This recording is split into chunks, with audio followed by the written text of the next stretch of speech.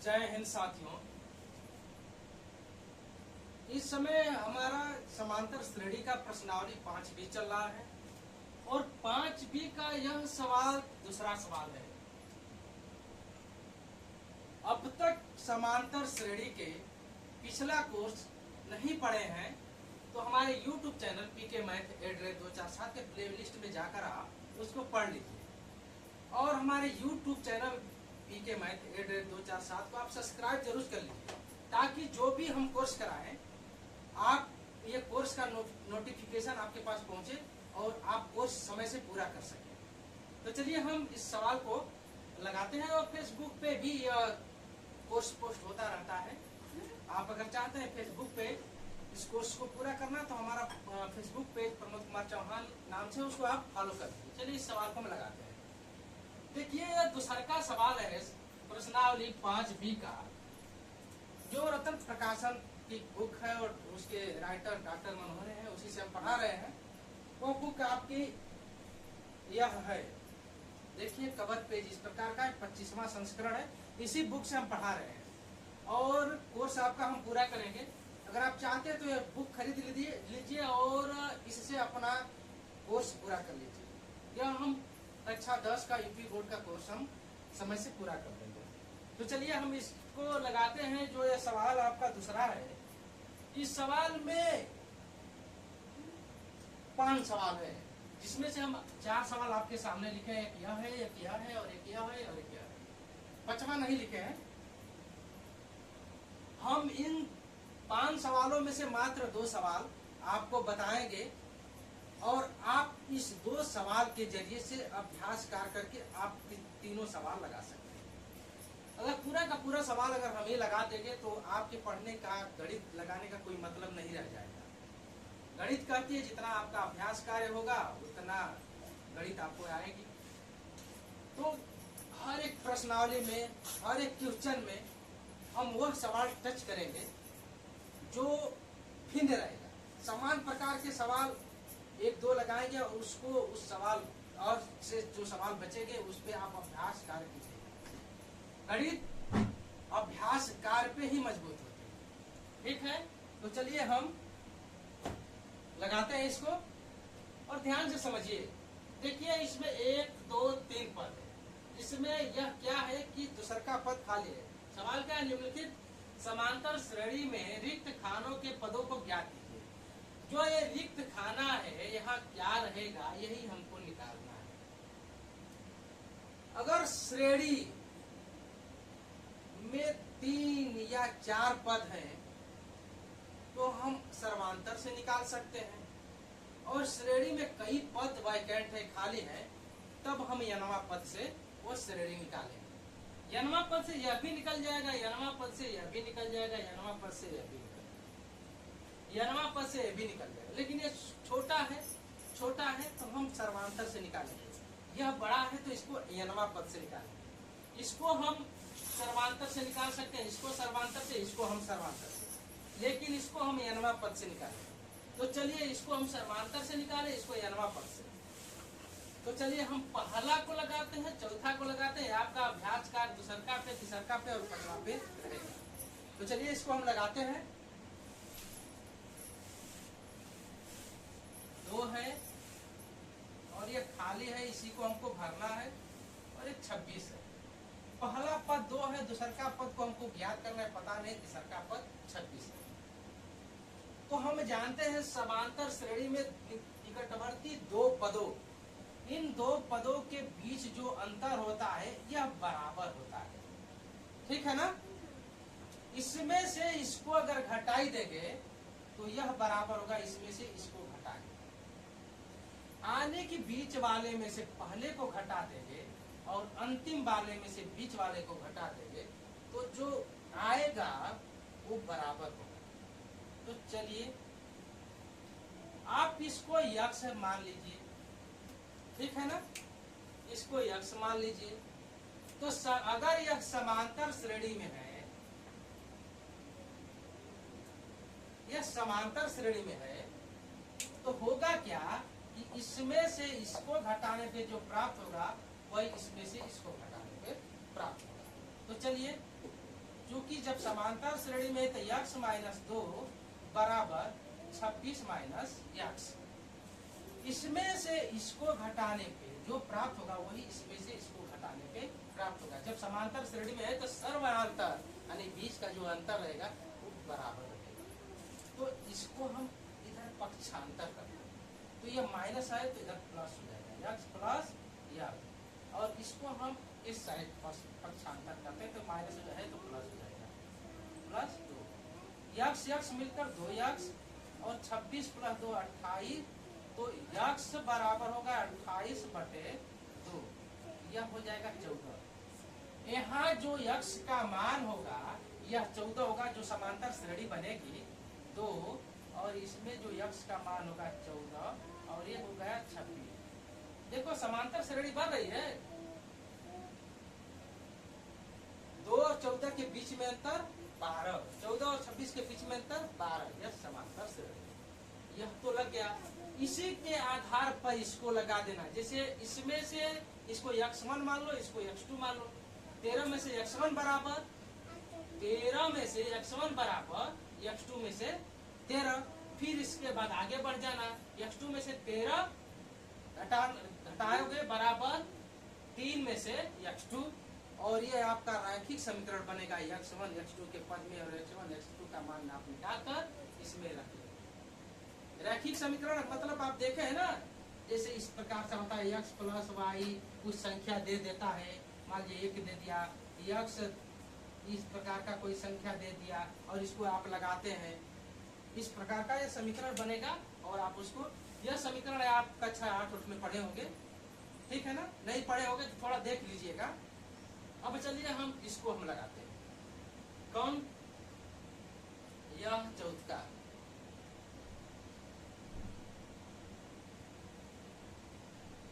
चौथा लगाते हैं।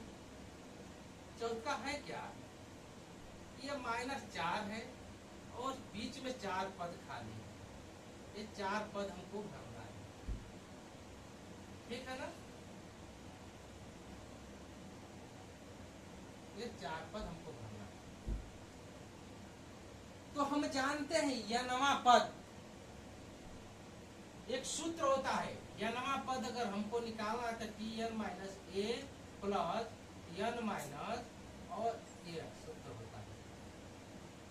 इस सूत्र को हम कल व्याख्या करके बताएंगे, ये सूत्र कैसे आया है, ठीक है ना। इस सूत्र को हम व्याख्या करके बताएंगे, यानी यनवा पद हमको निकालना होता है, तो अगर हम पहला पद जानते हैं, यनवा पद हमको पता नहीं है, सर्वांतर जानते हैं तो यनवा पद निकाल देते हैं। यानी एक चीज यह हो गया, एक चीज यह हो गया, एक चीज यह है और एक चीज यह है, इसमें से कोई एक को निकालना हो, अगर 3 है तो हम निकाल रहे हैं। यहाँ देखते हैं 1 2 3 4 5 6, इसमें श्रेणी में, समांतर श्रेणी में 6 पद है। जो यह समांतर श्रेणी है इसमें 6 पद है,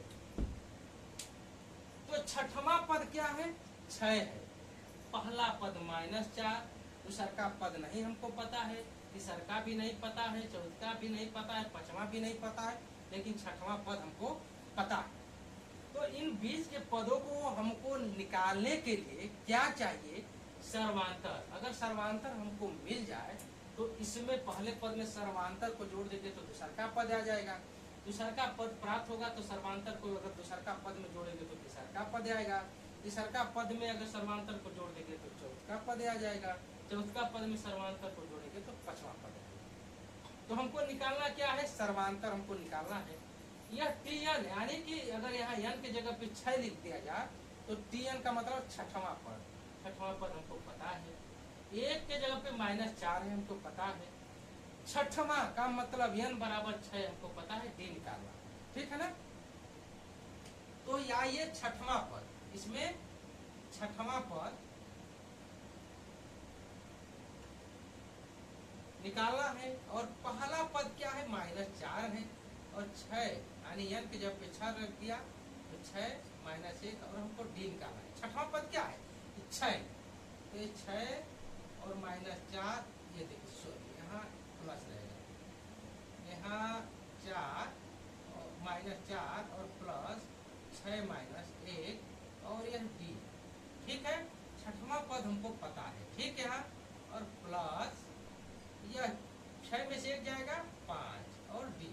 यह माइनस है और यह प्लस है।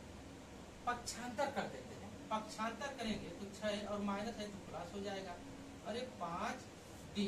तो 6 4 10 और ये 5 डी है तो 10 और ये 5 डी।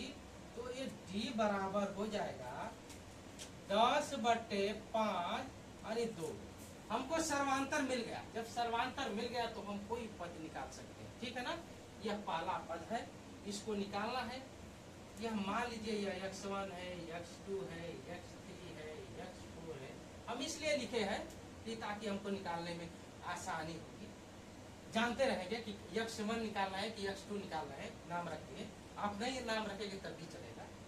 तो x1 निकालना है तो x1 बराबर पहला है पद -4 प्लस सर्वांतर 2, तो ये हो जाएगा -2। x2 निकालना है तो x2 का मतलब यह, इसका मतलब कि इसमें सर्वांतर को हम जोड़ेंगे, यानी x1 में सर्वांतर जोड़ेंगे तो x1 क्या है -2 और सर्वांतर क्या है 2, यह हो जाएगा 0। x3 निकालना है तो x3 का मतलब पिछले पद में सर्वांतर को जोड़ेंगे, यानी x2 में हम सर्वांतर को जोड़ेंगे। x2 क्या है 0 और सर्वांतर है 2, तो यह हो जाएगा 2। x4 निकालना है तो x4 जब हम निकालेंगे तो करेंगे क्या, x3 यानी पिछले पद में सर्वांतर को जोड़ेंगे। x3 में सर्वांतर को जोड़ेंगे। x3 कितना है 2 और सर्वांतर 2 मिलाकर यह 4 हो गया। तो कितना मिला, x1 -2, x2 0 और x3 2, x4 4। देखिए यह क्या है, x1 -2, x2 0, x3 2, x4 4। देखिए सर्वांतर श्रेणी है कि नहीं है, देख लीजिए। यह इन -4 और -2 के बीच का अंतर कितना है 2, -2 और 0 के बीच का अंतर कितना है 2, 0 और 2 के बीच का अंतर 2 है, 2 और 4 के बीच का अंतर 2 है, 4 और 6 के बीच का अंतर 2 है। तो इस प्रकार का आपका जो आंसर होगा, जो खाना में जो भरे जाएंगे, -2 यह खाना में आपने भर दिया, 0 इस खाना में आपने भर दिया, तीसरे खाना में आपने 2 भर दिया, चौथे खाना में आपने 4 भर दिया। ठीक है ना, यह हुआ। तो इस प्रकार से यह जो आपके प्रश्नावली 5B का एक दूसरा का क्वेश्चन था। आप 3 क्वेश्चन दूसरे, तीसरे और 5वें पे अभ्यास करेंगे। अब चलिए हम तीसरा का क्वेश्चन लाते हैं। समांतर श्रेणी का प्रश्नावली 5B का हम तीसरा का क्वेश्चन देखते हैं वो कैसा है। साथियों यह हमारा अगला सवाल है और सवाल क्या है, समांतर जो तीसरा का सवाल है। और सवाल में क्या है, समांतर श्रेणी 3, 8, 13, 18 का कौन सा पद 78 है। हम एक सूत्र जानते हैं, यानी n वां पद Pn बराबर a प्लस n-1 और d। यह सूत्र होता है जहां a प्रथम पद होता है और d सर्वांतर होता है, सर्वांतर। ठीक है, n वां पद हमको निकालना होता है। यह सूत्र हम नहीं अभी तक आपको बताए हैं। जब हम भी पढ़ते थे हाई स्कूल में, तो देखिए सूत्र क्या है कि जो चर पद में है, और हाई स्कूल के बच्चे अधिकतर उतना मेच्योर नहीं होते हैं कि चर पद को समझ सके। वह अंकों को बहुत अच्छे से समझते हैं, लेकिन यह जो चर पद होता है, चर पद वाले सवाल उनसे बाउंस कर जाते हैं, नहीं समझते। और इसीलिए हमने आपको यह पहले समझाने का प्रयास किया। हम कहें कि पहले इस पे हम आपको कुछ अंकीय प्रश्न देते ताकि उस पे लगा लें, तब इसको हम समझाएं। अगर पहले इसको हम समझाते तो आप नहीं समझ पाते कि है क्या, आपको ये बोझिल लगता, उबाऊ लगता। अब जब इस पे आप 2-4 सवाल लगा लेंगे तो आपको इसमें रुचि हो जाएगी जानने की, तब आप बहुत अच्छी तरीके से इस सूत्र को आप समझेंगे। तो इस सूत्र पे हम लगाएंगे, हमको पता नहीं है कि कौन सा पद 78 है, अब हम इस सूत्र से निकालेंगे। हम मान ले रहे हैं कि यनवा पद 78, यनवा पद कौन सा पद? यनवा पद, यनवा पद 78 है। तो इसका प्रथम पद क्या हो जाएगा समांतर श्रेणी का? प्रथम पद होगा 3, यही ना पहले है। और सर्वांतर यानी डी, सर्वांतर का मतलब बीच में कितना गैप है, बीच में कितना गैप है वह सर्वांतर। 3 और 8 के बीच में 5 का गैप है, 8 और 13 के बीच में 5 का गैप है, 13 और 18 के बीच में 5 का गैप है। तो जो सर्वांतर होगा, सर्वांतर जो जिसको हम डी कहते हैं, यह तो ए है, जिसको हम डी कहते हैं यह 5, और टीएन जो है यहाँ यनवा पद हम मान लिए टीएन, यह कितना है? 78। इसी को हमको निकालना है, यन को, यही यन को निकालना है, ठीक है ना? तो निकालेंगे कैसे? सूत्र में रखिए 78 बराबर एक की जगह पर क्या है? 3 और प्लस यन को हमको निकालना है और डी की जगह पे क्या है? 5। तो इसको हल करेंगे 78 3 प्लस 5 यन माइनस 5। अब क्या है? ये प्लस 3 है और ये माइनस 5 है, तो होगा क्या? ये हो जाएगा 5 यन, यह माइनस 2 हो जाएगा। यह प्लस है और ये माइनस है, जब इसको इकट्ठा करेंगे तो माइनस 2। अब माइनस 2 जब इधर आएगा तो प्लस हो जाएगा। तो 78 और माइनस 2 पक्षांतर करेंगे बराबर के इधर, तो प्लस 2 हो जाएगा, इधर 5 यन बचेगा। अब आपस में बदल लेते हैं एक दूसरे को, कोई फर्क नहीं पड़ता, ए बराबर बी हो या बी बराबर ए हो, कोई फर्क नहीं पड़ता। तो ये 5 यन बराबर 80 या यन बराबर 80 बटे 5। तो क्या होगा? भाग दीजिए 80 में 5 का, ये हो जाएगा, देखिए 5 इकाई 5, शेषफल बचा 3 और 0 30, 5 का 30। जो 16वां पद है वह 78 है। कौन पद 78 है? 16वां। आंसर हो जाएगा 16वां पद 78 है। समांतर श्रेणी का 16वां पद 78 है, यानी इस श्रेणी का जो 16वां पद है वह 78 है। अगर आप चाहते हैं कि आप कोर्स सही से पूरा करें तो आप जरूर इसको हमारे YouTube channel PK math ed को आप सब्सक्राइब जरूर करें।